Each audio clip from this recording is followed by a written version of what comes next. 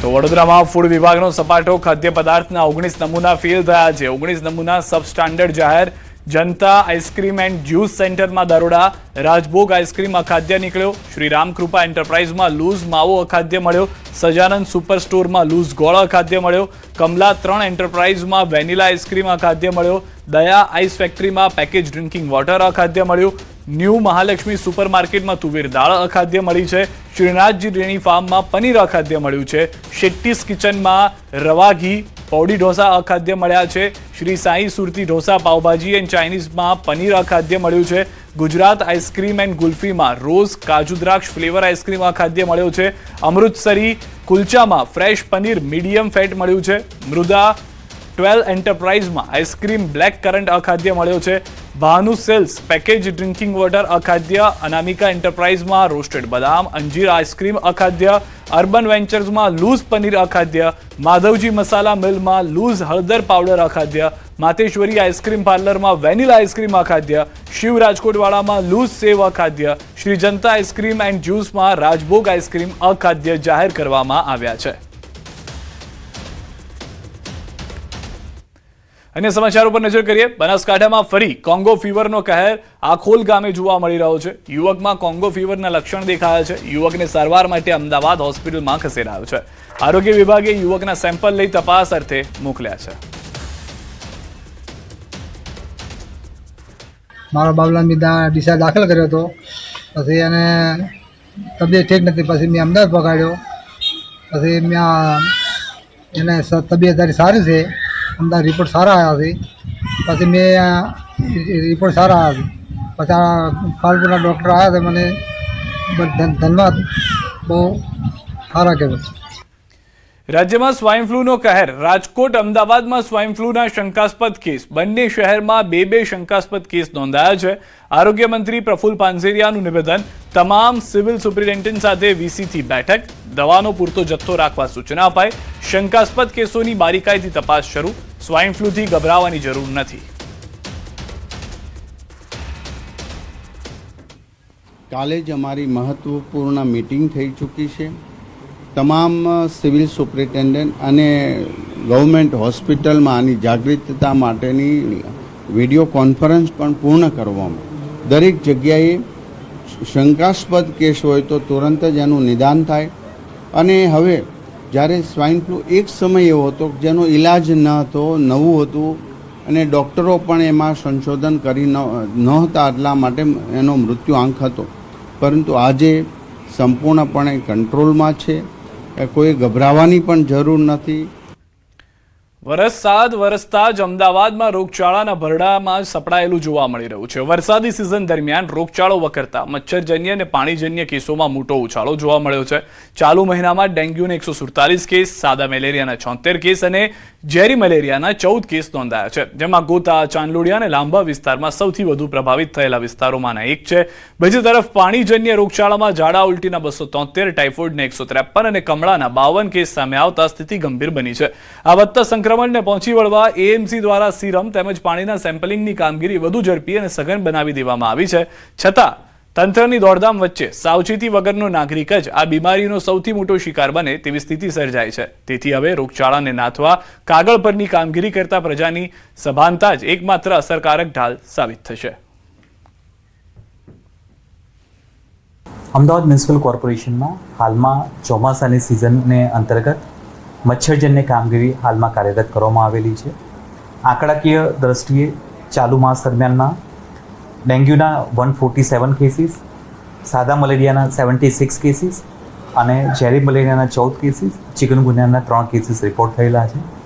Ahmedabad municipal corporation દ્વારા તમામ 51 જેટલા અર્બન હેલ્થ સેન્ટરમાં, 13 કોમ્યુનિટી હેલ્થ સેન્ટરમાં આ તમામ જગ્યાએ મલેરિયાનું, ચિકનગુનિયાનું, ડેન્ગ્યુનું નિદાન થાય તે પ્રકારની કામગીરી કરવામાં આવી રહી છે। અને સમાચારમાં હવે વાત અમદાવાદમાં ભૂતિયા ડિમોલિશનની।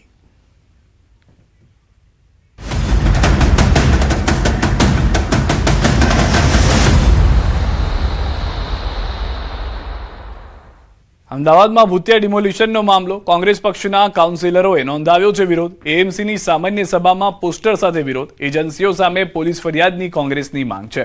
ડિમોલિશન એજન્સીનું લાયસન્સ રદ કરવાની પણ માંગ છે. મેયરની અધ્યક્ષતામાં મળી છે સામાન્ય સભા.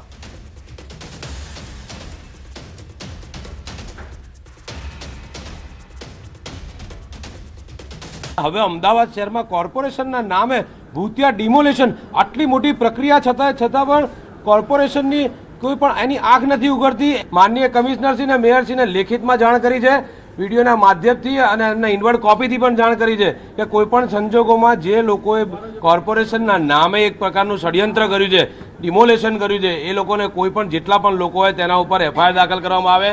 આ એજન્સી જે રાજપૂત સિક્યુરિટી એજન્સી જેણે આ પ્રકારનું કૃત્ય કર્યું છે તે લોકોની સામે કોઈ પણ સંજોગોમાં તેમની એજન્સીને બરતરફ કરવામાં આવે.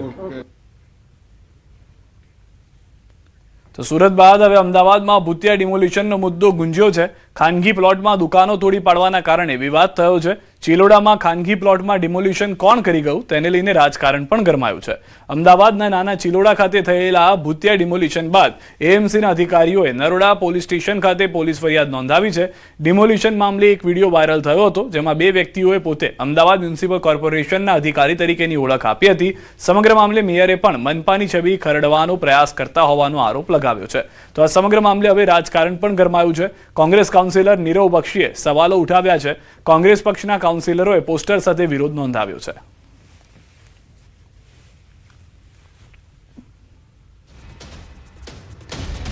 મેયર હિતેશ બારોટની ન્યૂઝ 18 સાથે વાતચીત. ભૂતિયા ડિમોલિશન મામલે મેયરનું નિવેદન. ડિમોલિશનમાં મનપાને કઈ લેવા દેવા નથી.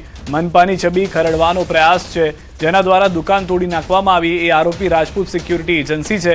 વધુમાં મેયરે કહ્યું કે નરોડા પોલીસ સ્ટેશનમાં આ મામલે કાનૂની પગલાં લેવાયા છે.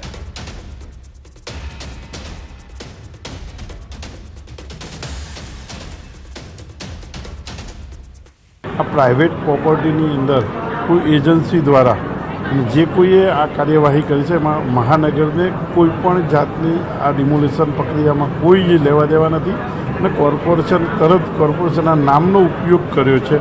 એ માટે જે સિક્યુરિટી જે જવાબ આપ્યો છે, આ મીડિયાની માહિતીના આધારે ખબર પડેલી, તો તાત્કાલિક અમારા ડીવાયએમસી કક્ષાએ અધિકારીશ્રીએ તાત્કાલિક ધોરણે ત્યાં ફરિયાદ કરી છે અને આવનાર દિવસમાં ફરિયાદના કડક સ્વરૂપમાં જો કોર્પોરેશનની કોઈ એજન્સી કામ કરતી છે તો એની સામે પણ તો અમદાવાદના નાના ચિલોડા ખાતે થયેલ ભૂતિયા ડિમોલિશન બાદ એએમસીના અધિકારીઓએ નરોડા પોલીસ સ્ટેશન ખાતે પોલીસ ફરિયાદ નોંધાવી છે. ડિમોલિશન મામલે એક વિડીયો વાયરલ થયો હતો, જેમાં બે વ્યક્તિઓ પોતે અમદાવાદ મ્યુનિસિપલ કોર્પોરેશનના અધિકારી તરીકેની ઓળખ આપી હતી.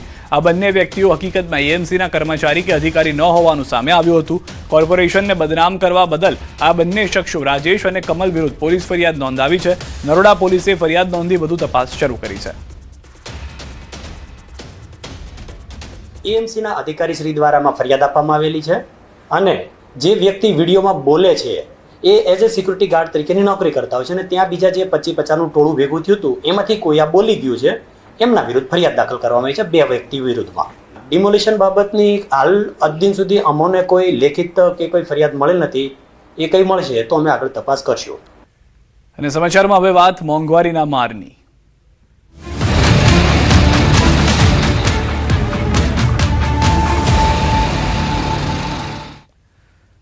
મોંઘવારીના માર વચ્ચે રાહતના સમાચાર. શાકભાજીના ભાવ ગયા અઠવાડિયાની સરખામણીમાં ઘટ્યા છે. શાકભાજીના ભાવમાં 20 થી 30 રૂપિયાનો ઘટાડો થયો છે. શાકભાજીની આવકમાં વધારો થતા ભાવ ઘટ્યા હોવાનું જાણવા મળી રહ્યું છે. ઘટાડો હોવા છતાં પણ દરેક શાક 100 થી 120 રૂપિયા કિલો તો છે જ. 3 ઓગસ્ટથી 25 ઓગસ્ટ દરમિયાન શાકભાજી ભાવમાં ઘટાડો જોવા મળ્યો. ગવારના ભાવ ₹160 થી ઘટીને 120 થયા, એટલે કે 40 રૂપિયાનો ઘટાડો. ટીંડોળાના ભાવ ₹60નો ઘટાડો થઈને 160 થી 100 રૂપિયા થઈ ગયા, જ્યારે કારેલાના ભાવ ₹100 થી ઘટીને ₹80 થયા, એટલે કે ₹20નો ઘટાડો થયો. ટામેટાના ભાવ ₹60 થી ઘટીને ₹50 અને ગલકાના ભાવ ₹100 થી ઘટીને ₹80 થયા છે. પરવળના ભાવમાં પણ ₹40નો ઘટાડો થઈને 120 થી 80 થયા છે. બીજી તરફ કોબી, દૂધી, સરગવો, ચોળી, વટાણા અને ફુલાવરના ભાવમાં કોઈ ફેરફાર થયો નથી અને તે યથાવત રહ્યા છે. અત્યારે જે અઠવાડિયા 15 દિવસ પહેલાં જે વરસાદ હતો એના હિસાબે ભાવ વધી ગયા હતા. અત્યારે વરસાદ બંધ છે તો શાકભાજી પણ અત્યારે સારા આવે છે અને બધામાં ભાવ પણ ઉતરી ગયા છે બધામાં. કિલોએ લગભગ 10-20ની ગણતરી ઓછા થઈ ગયા છે બધા શાકમાં, અને શાક પણ સારા આવે છે અત્યારે ભીંડામાં ઉતરી ગયા ગવાર, ચોળી, દૂધી, કારેલા, ટીંડોળા, ટામેટાં,